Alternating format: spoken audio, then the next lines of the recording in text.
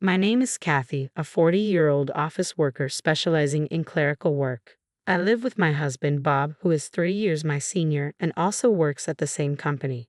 Despite our 10-year marriage, we do not have children. I felt a pressing urgency to start a family right from the outset when we married at the age of 30. Both of us harbored the desire for children, though my biological clock ticked louder than Bob's. I believed my limit was 35, wanting to navigate childbirth and parenthood while I still had ample energy, despite not being particularly robust physically. However, my wish remained unfulfilled. Bob and I began trying for a baby immediately after our wedding, but months passed with no signs of pregnancy. Eventually, we sought testing at an obstetrics and gynecology clinic. The results revealed some challenges on my end that made conception difficult. While not impossible, the odds were discouragingly low. Bob's disappointment was palpable as he questioned, "Can I become a father?" Seeing him so crestfallen left me speechless. We persisted in our efforts to conceive, clinging to a slim hope. But ultimately, a child did not come to us. Trying to uplift my despondent husband, I offered, "It's not the end of the world. Let's cherish our life together as a couple." He nodded in resignation, replying, "Yeah, there's nothing we can do about it. Let's just take things as they come." However, over time, I noticed a change in Bob. During our walks around town, seeing families with children would prompt him to muse, if we had a child, would we be enjoying outings like that on weekends? Visiting a colleague's home where kids were present, he would comment wistfully, "You're fortunate to have children." His envy apparent, I began to wonder if deep down he couldn't let go of the idea of having a child, and his longing made me uneasy. Then Bob began to grow distant from me. When we were actively trying to conceive, he had been incredibly supportive, often reminding me not to overexert myself, fearing it might affect our chances of pregnancy. He eagerly took on household chores and heavy lifting, always insisting, "I'll handle that," with a caring attitude. On weekends, he willingly shouldered the household responsibilities, reasoning, "You manage during the week." However, once we learned of my difficulty conceiving, everything changed. He abruptly stopped helping around the house, claiming, "I'm tired." Household chores are a wife's duty, aren't they? He spent his weekends idling, either sleeping or absorbed in his smartphone. Suddenly burdened with more tasks, my health began to decline. When I fell ill, his response was callous, "Figure it out yourself." I felt powerless to confront him because, in truth, my infertility was the root of our struggles. I began contemplating divorce. Just as I was grappling with these issues, Bob received a transfer offer. He had been selected for a major project at a subsidiary across state lines, prompting his relocation. Naturally, assuming I would accompany him, I was surprised when he declared, "You needn't come. I'll go alone." Those words gave me pause.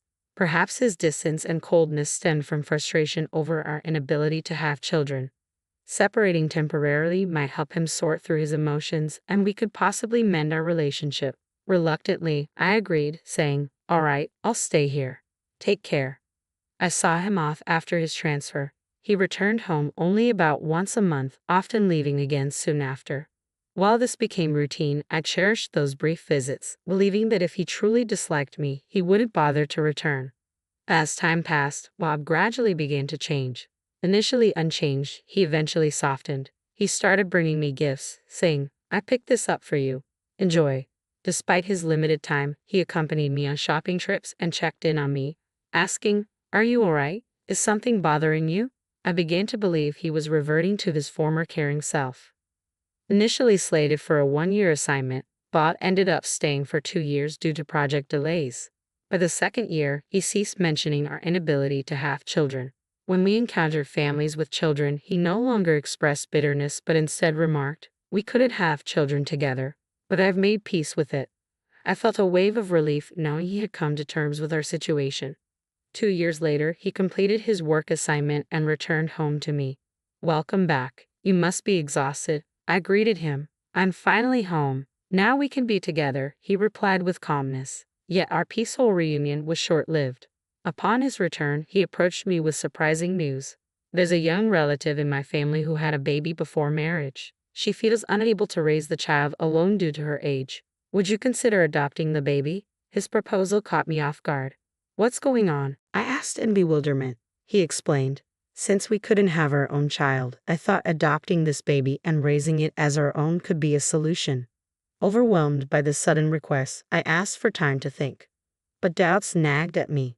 We had little contact with his family, exchanging Christmas cards once a year. Without a wedding ceremony, I knew little of his relatives.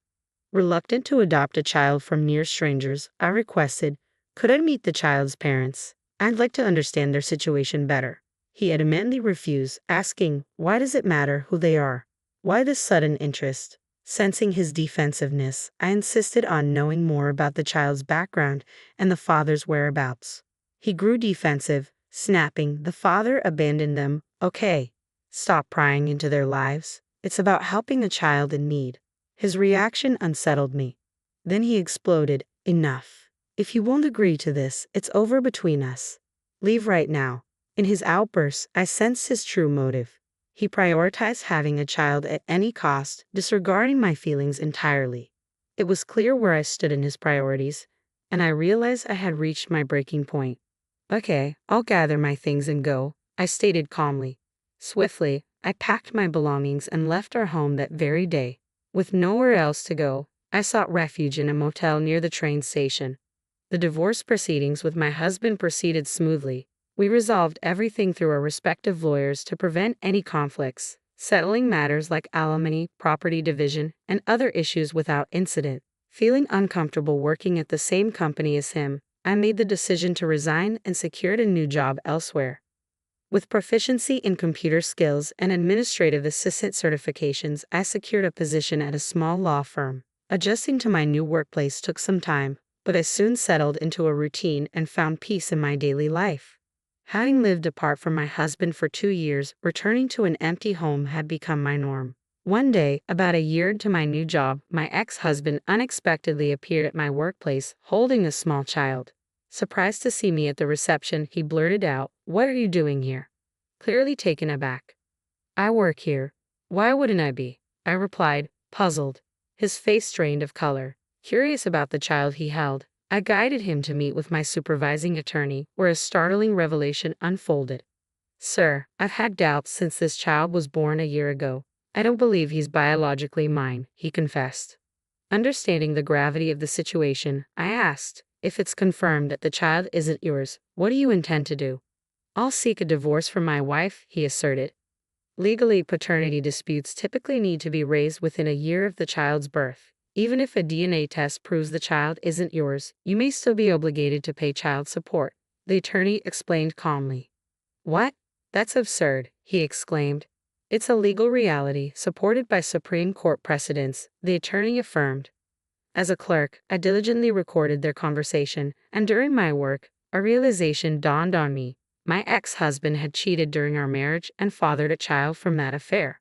Judging by the child's age and the timeline, it was evident the child was conceived around a year after he returned from a business trip. His uncharacteristic kindness towards me since that time suddenly made sense. I suspected it was guilt-driven. It seemed his current wife was a younger colleague from his workplace. Each time he spoke, his gaze towards me betrayed a hint of pallor, understandably so, as his former wife, with whom he attempted to leave for the child born of his affair, was now right before him. In the end, he conceded, "Fine, I'll undergo a DNA test first and then reconsider." With those words, he left, visibly crestfallen. Later that day, I confided in my lawyer, Mr. Williams, about the return of my ex-husband and our past divorce. Mr. Williams seemed taken aback and inquired, "Did you know you can claim alimony due to infidelity within 2 years of discovery? What are your intentions?" "Absolutely, I want to pursue it. I intend to claim it from both my ex-husband and his mistress," I affirmed. "Then let's initiate the process immediately. Thank you for your trust," Mr. Williams responded. Subsequently, through Mr. Williams, I pursued alimony claims against both my ex-husband and his current wife, formerly his mistress, ensuring they couldn't evade their financial responsibilities. I directed the claims not only to their residence but also to their workplaces and his in-laws' address. Soon after, I received a call from my ex-husband. "What's this claim about?" he demanded. "It's an alimony claim based on your infidelity. We're already divorced, but that doesn't exempt you from financial obligations," I asserted firmly. "That's incorrect. You can claim alimony for infidelity within 2 years of its discovery. We finalized our divorce a year ago, and your infidelity has only recently come to light." so the falls well within the claim period.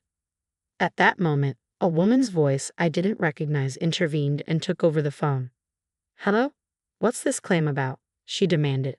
Caught off guard by her sudden confrontation, I asked cautiously, who am I speaking with?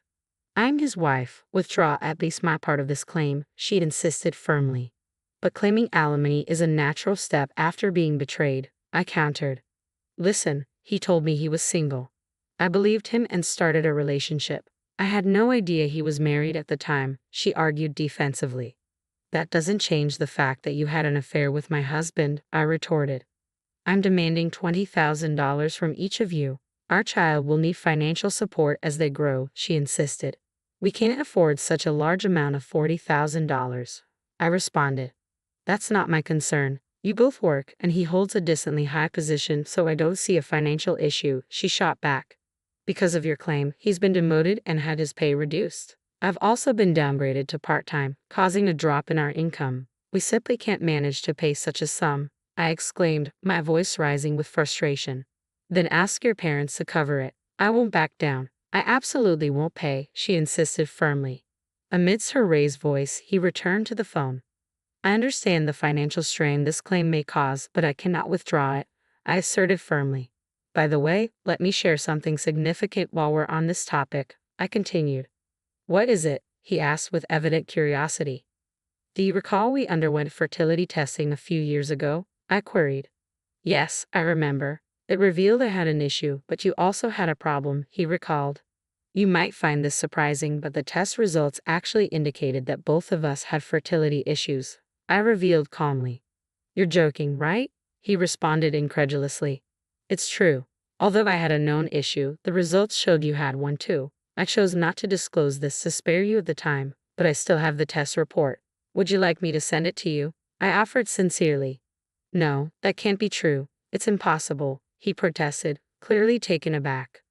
The doctor explained that both of us faced challenges, not just me. When you heard about my issue, you left the office abruptly before hearing the full details, I clarified. That's a lie. It must be a lie, he muttered, evidently overwhelmed. In reality, the doctor confirmed there were significant challenges on both our sides. I had intended to keep this to myself, but I see no reason to hide it now, I concluded firmly. I told him, let's leave it there. I'm busy, and hung up the phone. Afterwards, I successfully secured a total of $20,000 from each of them for emotional distress, $40,000 in total. She refused to pay, leaving Bob to shoulder the entire burden. Later on, Bob did arrange for a DNA test for the child, confirming his fears that the child wasn't his. It seemed he contemplated divorcing his wife, but with impending child support and emotional distress payments, he felt compelled to remain in the strained marriage with his former affair partner. Financial constraints due to his demotion further tied his hands. I learned from him during his visit to pay the compensation that he hoped I would raise the child with his strong-willed affair partner. He confided that if he had custody, he planned to use it as an excuse to end their relationship. Recently, tensions have escalated in his household and work has become difficult amidst judgment from colleagues about their adulterous reputation. As for me, I've grown accustomed to my single life and enjoy a peaceful existence. I have plans for a trip with friends during the next long holiday. Despite being alone, my days are fulfilling with work and socializing.